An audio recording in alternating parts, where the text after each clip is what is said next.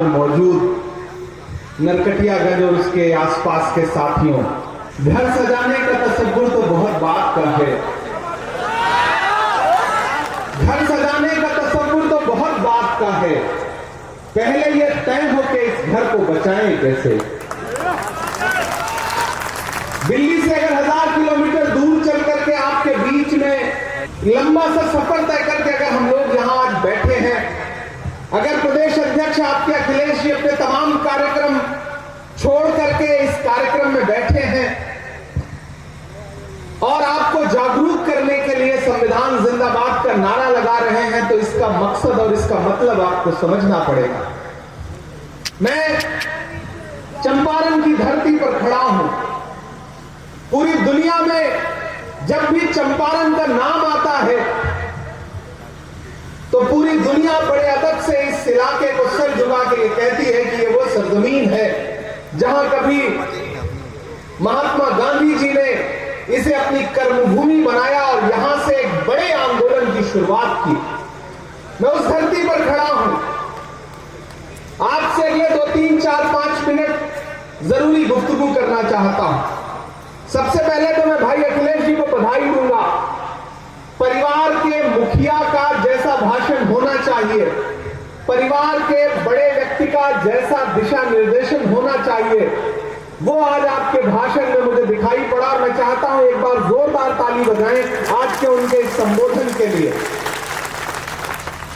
घर की दीवार में खुद तुमने किया है सुराख, अब कोई झांक रहा है तो शिकायत कैसी। जिस धरती को कभी महात्मा गांधी ने चुना अपनी कर्मभूमि बनाने के लिए, अगर आज वहां पर नफरत वाली ताकतें मजबूत होकर के बैठी हैं, तो हमें अपने गिरबान में झांकना तो पड़ेगा। इसमें कोई दो राय नहीं कि जिस दिन हम एक यूनिट बन के, एक ताकत बन के लड़े, तो नफरत इतनी ताकतवर नहीं होती कि वो हमें हरा सके। लेकिन आपने कभी सोचा है कि मोहब्बत हमेशा हार जाती है, नफरत जीत क्यों रही है?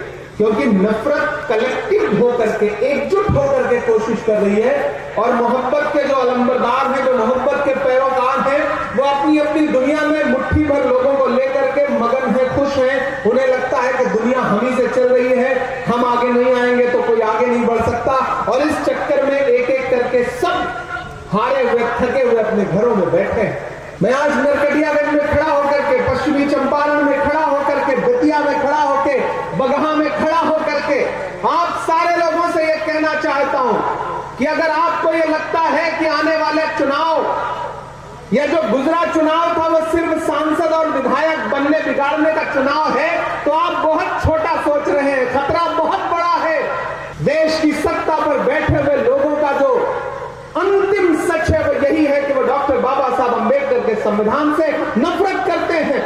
याद करिए, लोकसभा चुनाव में भारतीय जनता पार्टी के बड़े नेताओं के बयान, चाहे वो आनंद हेगड़े हो, चाहे लल्लू सिंह हो, चाहे ज्योति मिर्धा हो, चाहे मेरठ ला करके मुंबई से चुनाव लड़ाए गए और मौजूदा सांसद अरुण गोविल हो, नारा क्या था? हमें बहुमत दो, हम संविधान बदलेंगे। हमने आपने अपने कानों से सुना है इस नारे को।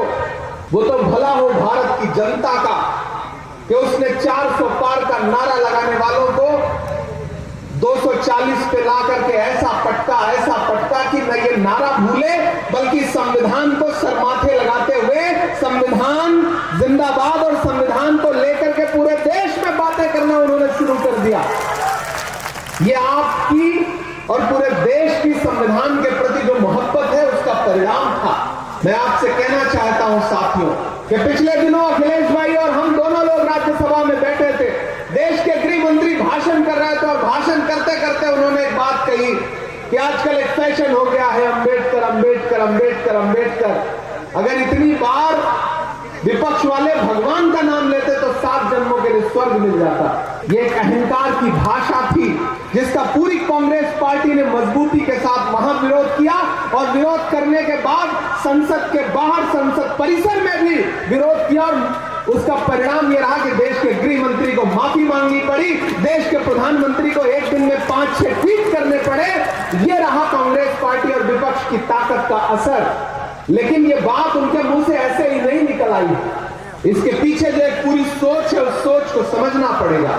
जिन्हें तिरंगे से नफरत है, अपना झंडा प्यारा है, गांधी का कातिल अब भी जिनकी आंखों का तारा है, शर्मनाक इतिहास है जिनका अंग्रेजों से यारी का, वो अब हमको बांट रहे हैं सर्टिफिकेट गद्दारी का। उनके इरादे खतरनाक है, क्योंकि पूरा सिस्टम, पूरा तंत्र उनके साथ है, इसलिए बहुत सारी जगहों पे सफल होते हुए दिख रहे हैं। इसलिए हमारा आपका दायित्व बहुत बढ़ जाता है। यहां मंच पर सैकड़ों की तादाद में पदाधिकारी और नेता बैठे हैं। मेरा मानना है कि मंच पर मौजूद लोग ही अगर आपसे एकजुट होकर के ये सोच लें कि हमें नफरत वाली ताकतों के खिलाफ आज से लड़ाई शुरू करनी है। हमारी दिक्कत क्या है कि हम सिर्फ चुनावी टाइम में चुनाव लड़ते हैं, जब टिकट मांगने का मौका आता है तब हम नई सदरी और नया कुर्ता पजामा निकालते हैं। सही है कि नहीं? चुनाव पूरे 5 साल लड़ना पड़ेगा, नफरत के खिलाफ पूरे 5 साल लड़ना पड़ेगा। वो नफरत को फैलाने के इतने असंख्य हथियार हैं उनके पास। हम आप यहां भाषण कर रहे हैं, उनका पूरा एक आईटी सेल बैठा है, आपके कौन से बयान को कहां काट करके कहां पहुंचा दिया जाएगा आपको पता भी नहीं चलेगा। इस देश में तकरीबन 350 मिलियन लोग हैं जो फेसबुक यूज करते हैं, 450 मिलियन लोग हैं जो यूट्यूब यूज करते हैं, इंस्टाग्राम यूज करते हैं, और तकरीबन 563 मिलियन लोग हैं जो व्हाट्सएप यूज करते हैं। हमको आपको पता ही नहीं है कि सोशल मीडिया का कैसा दुरुपयोग करके आपके खिलाफ प्रोपेगेंडा चलाया जा रहा है, और हम अपनी दुनिया में मगन होकर के हमें लगता है कि नहीं, संविधान भी सुरक्षित है, लोकतंत्र भी सुरक्षित है, देश भी सुरक्षित है। उधर अमेरिका से हमारे बेटों को बेड़ी और हथकड़ी लगा करके देश में भेजा जा रहा है, और देश के प्रधानमंत्री नमस्ते ट्रंप का नारा लगा रहे हैं। हालात वैसे नहीं है जैसा आप समझते हैं। राहुल गांधी जी अपने भाषणों में हमेशा एक बात कहते हैं कि जब जेब कतरे को आपकी जेब काटनी होती है तो पहले आपका ध्यान भटकाता है और फिर आपकी जेब काट लेता है।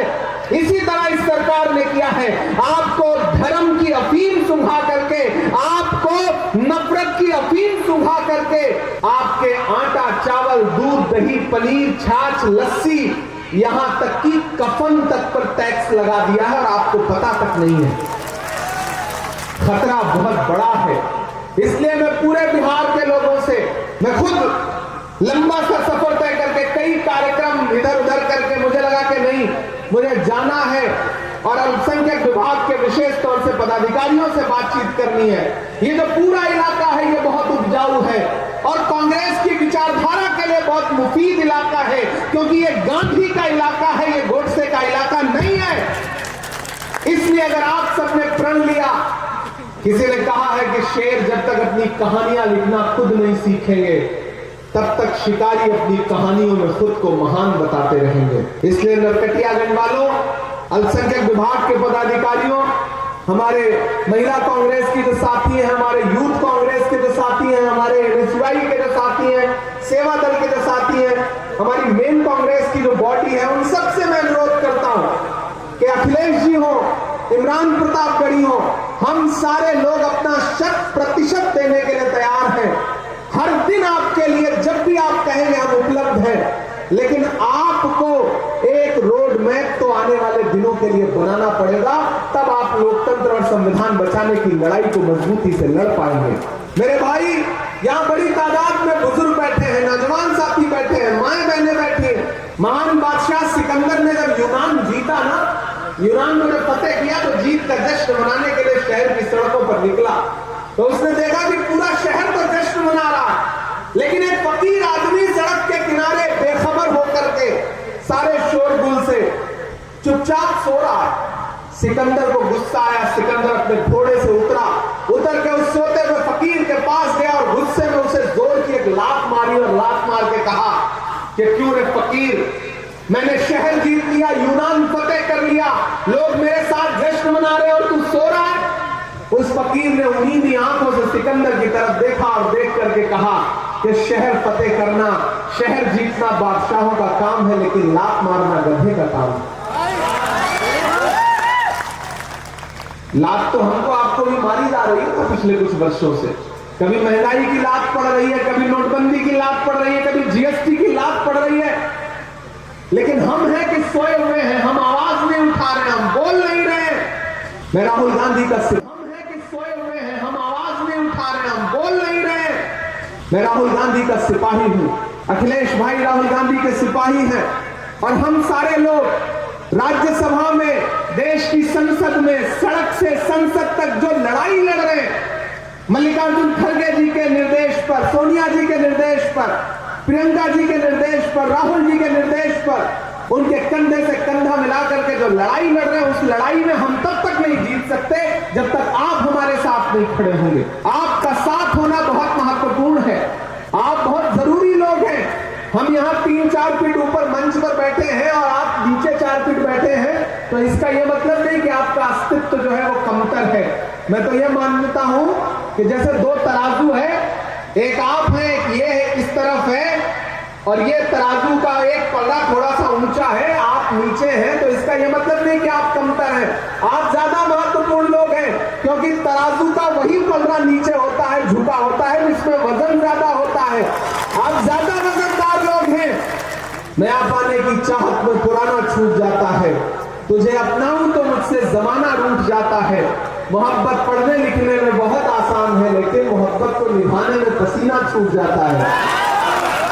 आप बैठे हैं, उस तरफ बड़ा क्रिकेट का मैच चल रहा है।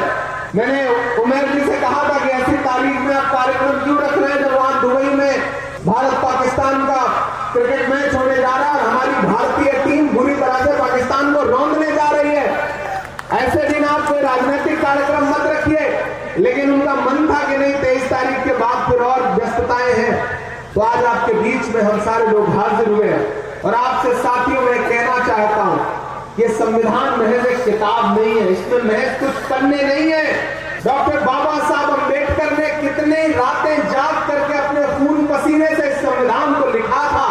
वो संविधान जिसमें महात्मा गांधी के सिद्धांत हैं, वो संविधान जिसमें पंडित जवाहरलाल नेहरू के उसूल हैं, वो संविधान जिसमें मौलाना आजाद के सपने हैं, उस संविधान को कई दशकों तक भारतीय जनता पार्टी के आनुषंगिक संगठन उसका विरोध करते रहे, तिरंगे का विरोध करते रहे। लेकिन आज स्थिति यह है कि जब वो इक्तिदार पर आए हैं, सत्ता पर आए हैं, तो एन प्रकार उस संविधान को कमजोर करना चाहते हैं। नए नए बिल लाए जा रहे हैं पार्लियामेंट में, जनता के विरोध में सारे काम किए जा रहे हैं, और मैंडेट चूंकि उनके पास है। और इन दिनों लोकसभा चुनाव के बाद जो थोड़ा सा नरमी आई थी, हरियाणा और महाराष्ट्र 2 राज्य जीत गए, तो मनोबल इतना बढ़ गया है कि डॉक्टर बाबा साहब अम्बेडकर के खिलाफ देश की संसद में ऐसी भाषा का इस्तेमाल कर रहे हैं जो अहंकार में डूबी हुई है। इसके साथियों आपसे अनुरोध करता हूं कि इस बड़ी लड़ाई में कांग्रेस पार्टी के साथ खड़े होइए, अखिलेश भाई के साथ मिल करके पूरा अल्पसंख्यक विभाग पूरे प्रदेश में, बिहार में जिस मजबूती के साथ आवश्यकता है, उनके कंधे से कंधा मिला करके, कांग्रेस कमेटी के कंधे से कंधा मिला करके पूरे प्रदेश के एक जनपद में, एक विधानसभा में जाने का काम करेगी। ये मैं आपको आश्वस्त करता हूं, ये मैं आपको भरोसा दिलाता हूं। और चुनाव के दौरान तो हम लोग आएंगे चुनाव प्रचार में, लेकिन मैं चाहता हूं कि आज से एक रोड मैप बने। अध्यक्ष जी, आप निर्देशित करें हमारे स्टेट चेयरमैन साहब को, हमारे प्रभारी जी को, और उसके बाद जहां भी आवश्यकता लगती है, मुझे खुशी है कि आपने माइक पर यह बात बताई कि मेरा बिहार से जज्बाती लगाव है। इसमें कोई दो राय नहीं कि बिहार से मुझे जज्बाती लगाव है। इसीलिए जब भी मुझे देश की पार्लियामेंट में बोलने का मौका मिलता है, तो मैं कोशिश करता हूं कि बिहार के जो भी मुद्दे हैं उनको अपने भाषण में जरूर समेट सकूं और सदन के पटल पर रख सकूं। कुछ बातें हैं, 15 मिनट का समय मिलता है, 10 मिनट का समय मिलता है, जो आप कह देते हैं, कुछ जो छूट जाती है वो मैं कह देता हूं। यही एकजुटता तो हमें आगे ले जाएगी। इसी एकजुटता की तो आवश्यकता है, और इसी एकजुटता को अपनाने की जरूरत यहां चंपारण के हमारे लोकल नेताओं को भी है कि आप अपनी दुनिया में मगन बने बैठे रहिए, लेकिन अंततोगत्वा एक वोट से भी अगर सत्ताधारी लोग जीत जा रहे हैं तो हार है।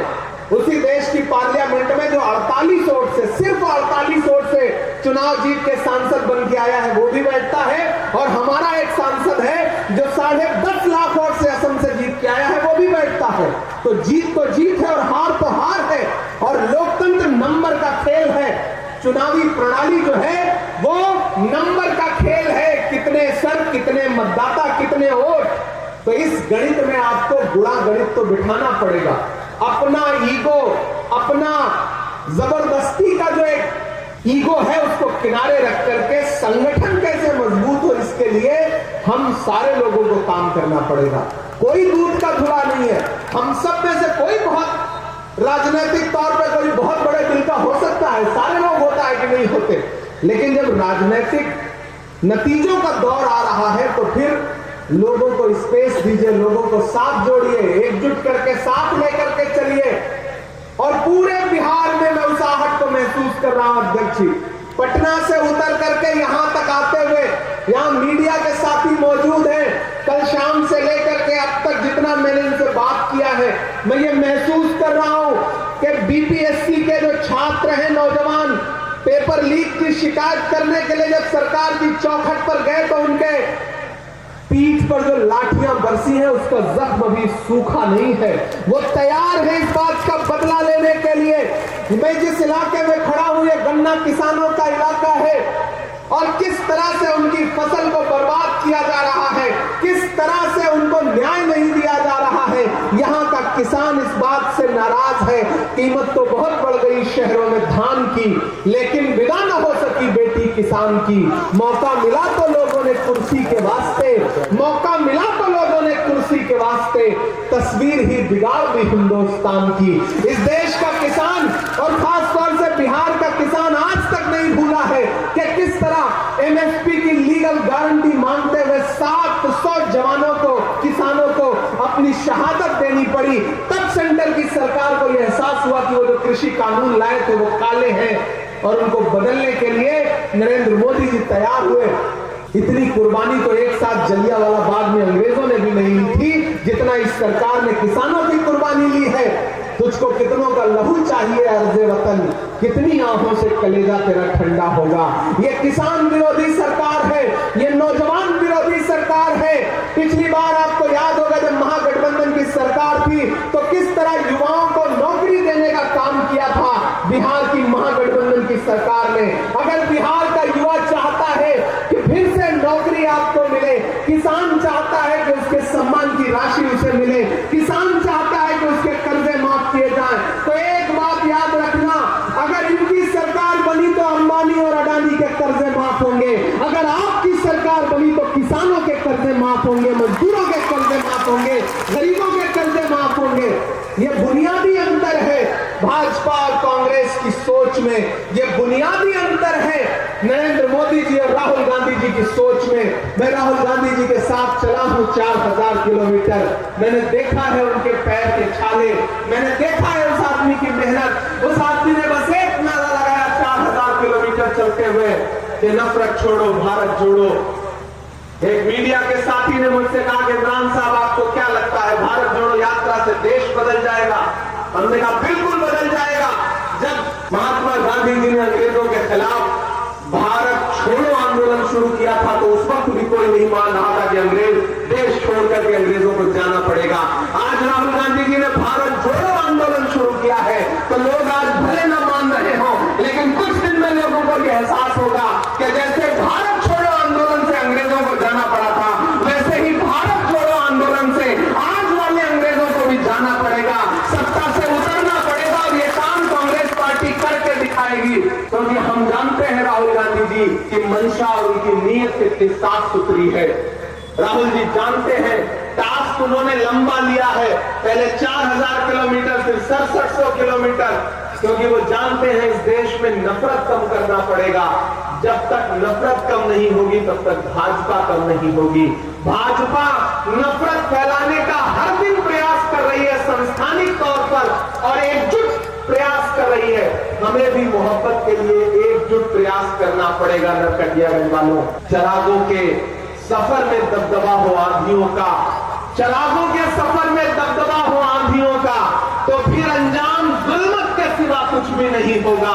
ये दुनिया नफरतों के आखिरी स्टेज पर है, इलाज इसका मोहब्बत के सिवा कुछ भी नहीं होगा।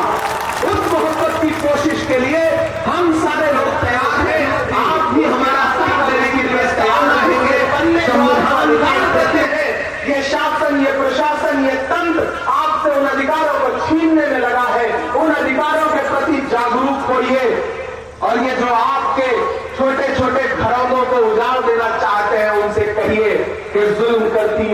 जवानी भी नहीं मांगोगे, जुल्म करती है जवानी भी नहीं मांगोगे, खून में अपने रवानी भी नहीं मांगोगे। मेरे मिट्टी के घरों पे बरसने वालों, मैं जो गरजूंगा तो पानी भी नहीं मांगोगे। इस देश का आम इंसान अगर जागेगा, बिहार का आम मतदाता अगर जागेगा, तो ये जो दिल्ली को बैसाखी देने वाली सरकार बिहार में बैठी है, वो बैसाखी भी टूटेगी और बिहार में बदलाव भी होगा। यहां महागठबंधन की सरकार बनेगी। हमें तो आजकल नीतीश कुमार जी पे बड़ा उनके बारे में सोच के अखिलेश भाई बड़ी चिंता भी होती है। मैं कल आया तो मीडिया के साथियों ने एयरपोर्ट पर पूछा कि नीतीश जी के बारे में आप क्या कहेंगे। हमने कहा आजकल बिहार में भोजपुरी का एक गाना बहुत बज रहा है कि छन छन बदले तोरे मिजाज रजऊ, धोखेबाज रजऊ।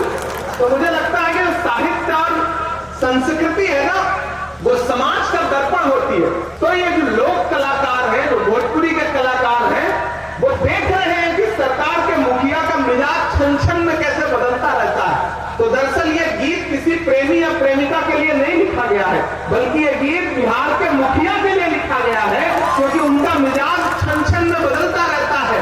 तो मुझे कभी कभी उनकी बड़ी चिंता भी होती है, क्या पता फिर उनका मिजाज कब बदल जाए। ऐसी आहट दिल्ली के गलियारों में मिलती भी रहती है, खबरें उड़ती भी रहती हैं।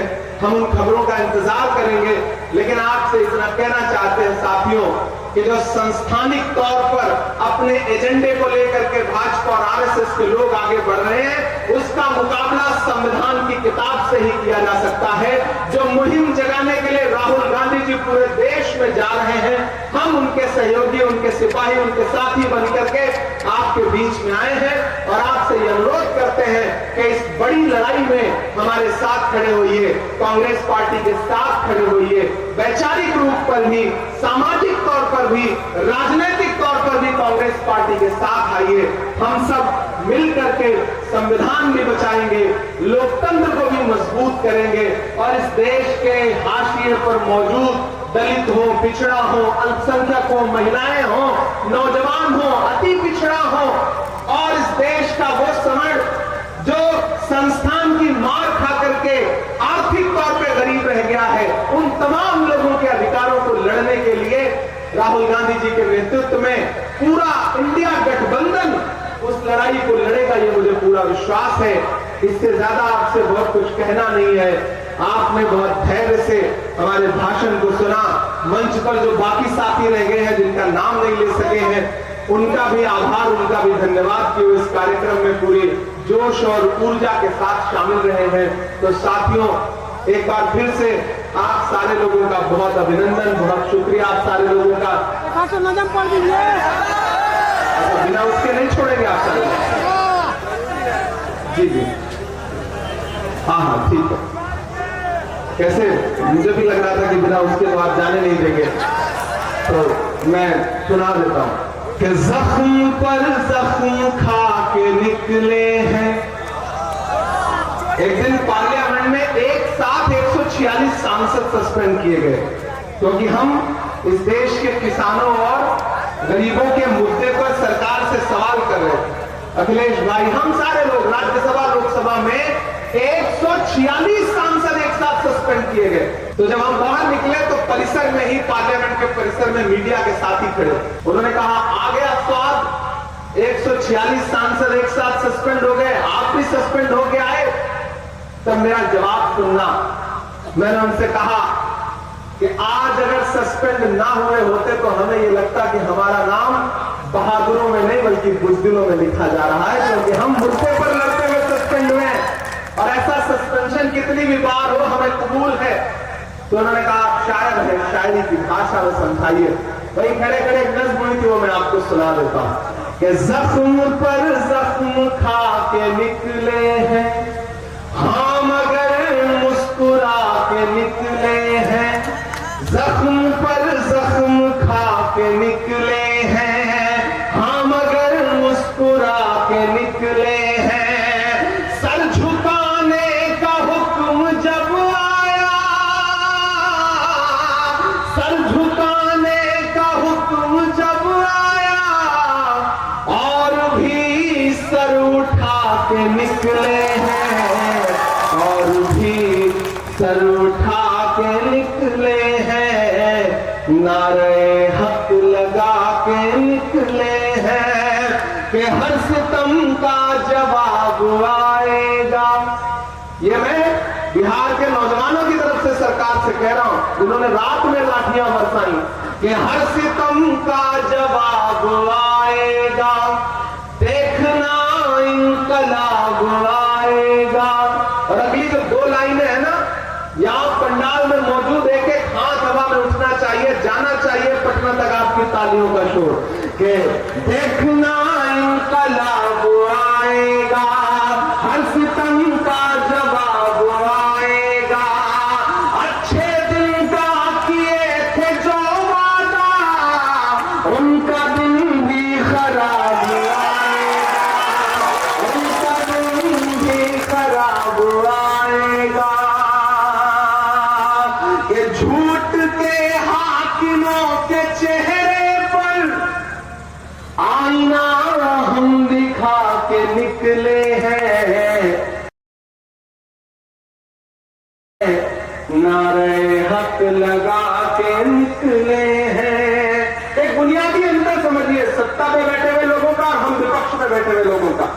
आप नीतीश जी की, भाजपा की कोई भी रैली उठा के देख लीजिए, सम्राट चौधरी जी का मुंह इधर होगा, नीतीश जी का उधर होगा, अशोक जी का उधर होगा, कहीं से कोई गणित मिलता ही नहीं है। लेकिन एक अच्छी चीज ये है कि आप महागठबंधन के नेता जब भी मंच पे बैठे होंगे तो मुस्कुरा रहे होंगे। हम और अखिलेश भाई बैठे थे तो सुकून से बातचीत कर रहे हैं, बिहार की राजनीति पे हंस रहे हैं, खा पी रहे हैं, कोई तनाव नहीं है। उधर इतना तनाव है कि कब किसका मुलेठा खुल जाएगा, कब किसका गमछा उतर जाएगा, कब किसकी सरकार चली जाएगी, पता नहीं चल रहा है। इसलिए ये पंक्तियां पढ़ता हूं, एक दिया हम जला के निकले हैं, कि हम तो निकले हैं मुस्कुराते हुए, हम तो निकले हैं मुस्कुराते हुए, और वो तिल मिला के निकले हैं, नारे हक लगा के निकले हैं, नारे हक लगा के निकले हैं, जख्म पर जख्म खा के निकले हैं, हाँ मगर मुस्कुरा के निकले हैं, सर झुकाने का हुक्म जब आया और भी सर उठा के निकले हैं, नारे हक लगा के निकले हैं। और जाते जाते अंतिम में ये पंक्तियां सुना के जाता हूं, नहीं सुना के जाऊंगा तो आप कहेंगे कि देखो सिर्फ भाषण सुना के चला गया। क्या कहां सोया है चौकीदार,